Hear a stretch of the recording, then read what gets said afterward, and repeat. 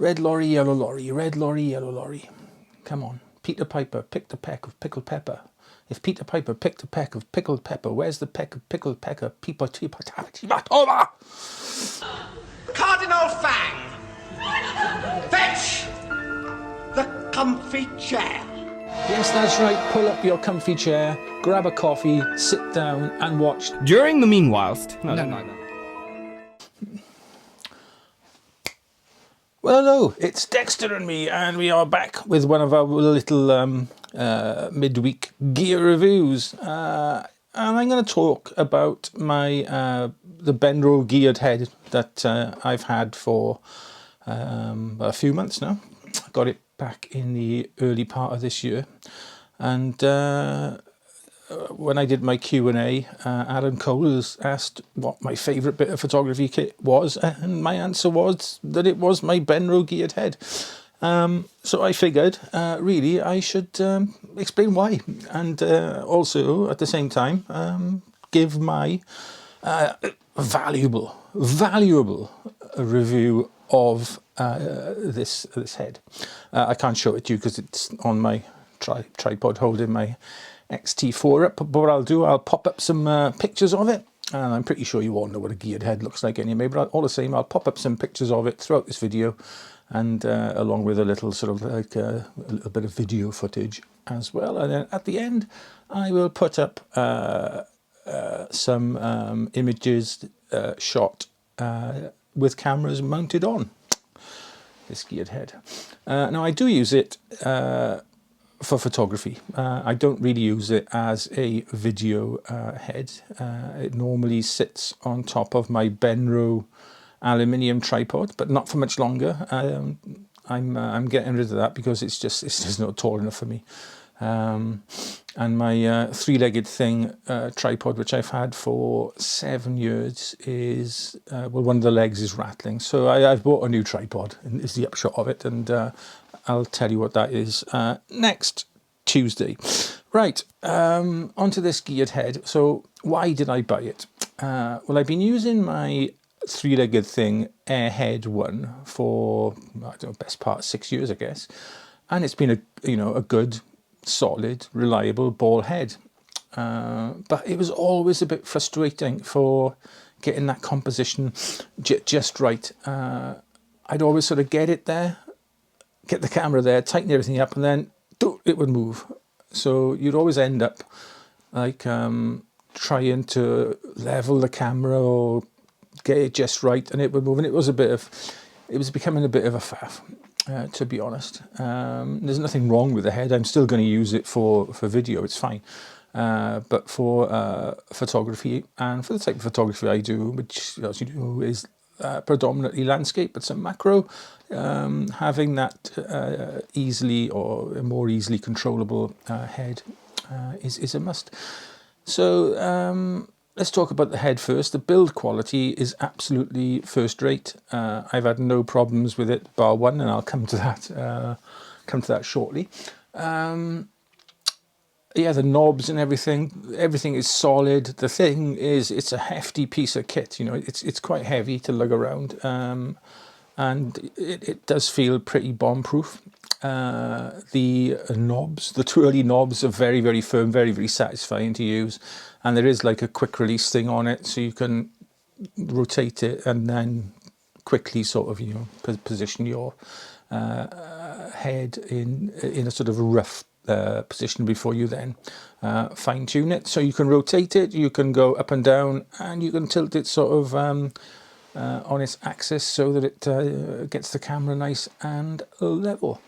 One thing I found when you use the quick release mechanism, and you get to the position you want, and you let go of the knob to disengage the quick release, you've got to turn it for it to lock. That's one tiny little thing, but then you can then just use the knob again then to fine tune it to exactly where you want your camera to be pointing. So I found it to be an absolute godsend when composing images, be that out in the field for landscape or for macro work. In fact, I don't even use my macro rail anymore. Where is it? This thing. I can't even find it. It's been so long since I used it. There we are. I can't even find it. I don't even use that macro rail anymore. I just use this this geared head. I've started using it in conjunction with a nodal rail as well for panoramas, and it's great for that because I found that I take an image, 2 twists of the knob, and the camera's gone exactly where I want it. Take another image, another 2 twists of the knob, another image, and yeah, I found that that gives me the perfect overlap when I'm using my 100 to 200 at 100 mils. Gives me the perfect overlap for shooting panoramas. Not a lot else to say about it really. Reliability, I said I've had it for the best part of 8 months and it's not missed a beat. It's been used in all sorts of conditions, from you know, cold weather, wet weather, but dry, dusty weather. Everything seems to be working as it did on day one. Right, the one little problem I encountered was with the Arca Swiss mounting system. And now I found that when I was using Benro's own bracket thingy, oh, it's over there, I can't reach it now. It's on my 100 to 200 collar. That would go in fine, absolutely fine. But if I was trying to use either my GFX 50 RL bracket or my 3-legged thing LEL bracket that I've got now, it's such a faff to get it to fit. You'd have to try and slide it in because you could never sort of get it in, then lock it in position and twist the knob. What I found is you've got like a lock knob and what you're supposed to undo that all the way, and then you can twist it again and the whole thing springs out and the Arca Swiss clamp opens up a little bit further for you to get the clamp in. But mine wasn't doing that. But what I did was I took it apart and there's a tiny, there's 5 to 7 millimeter long spring inside with a screw going through the spring and then into like the clamp. And as you undo it, that spring is supposed to engage and force the clamp out. But what was happening to mine was the screw is so small that the screw had actually come out. So the spring was having no sort of action or no use at all. So what I did was found a longer screw. I'm one of these people, I rarely throw anything away. So in my garage, I've got a box full of nuts, bolts, washers, screws, roll plugs, brackets, you name it. I've kept it since I'm probably about 17 years of age. I've got tons and tons of this sort of stuff. So finding a long enough screw that had a small enough thread to fit in, well, this was no problem. And as you can imagine, I'm quite well organized, so like all the small ones are all together, so it was quite easy to do. But putting that longer screw in with a washer on the end of that then to compress the spring and then decompress it as you unscrew it solved the problem altogether. So now mounting and dismounting things from the Arca Swiss plate is an absolute piece of cake. So is this ball head, I was going to say, is this geared head worth the £150 I paid for it? Well, I think so. I mean, when I was looking to get one, I looked at this one by Benro, the one by Sunway Photo, which I really, really liked because that's got like fold out on the knobs. You can fold out like a handle, make it turning even simpler. And there's the Manfrotto one.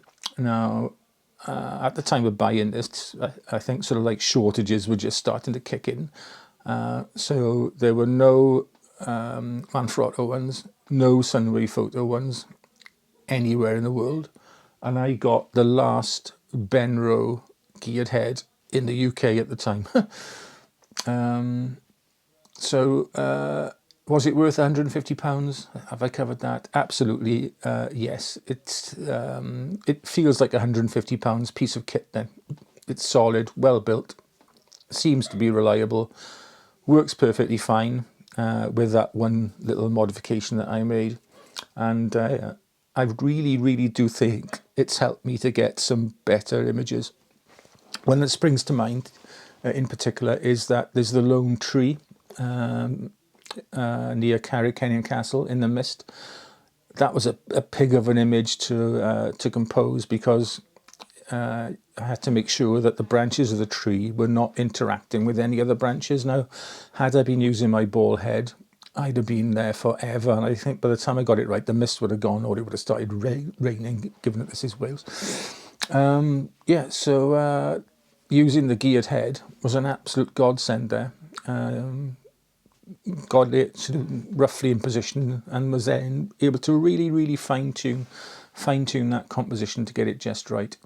Leveling the camera for horizons is now a cinch. It's so much easier to use that in conjunction with, I don't rely on the bubble in the head. I use the, Dexter's no bargain off at something. I think a dog's walked past. I use the camera's built-in level to level it, and using that in conjunction with the geared head, absolute piece of cake to level the camera. So would I recommend one of these? Absolutely, I would. Would I recommend it over a Manfrotto or a Sunway Photo?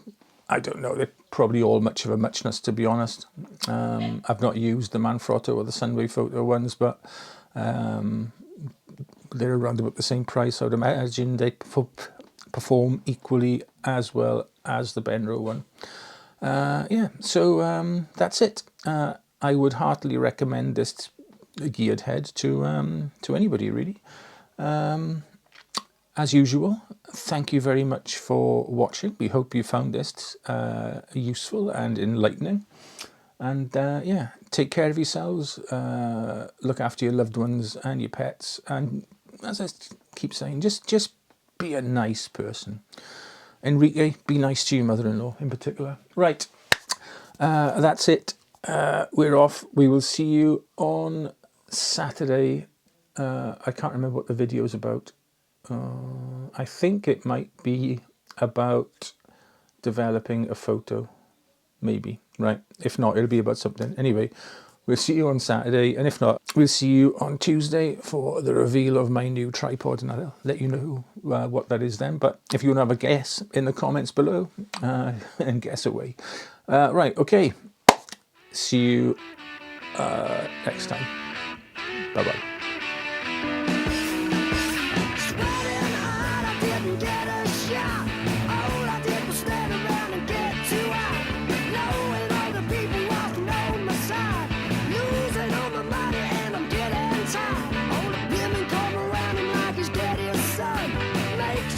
Jealous, but it sure is fun. I don't mind, but he wants my lady too.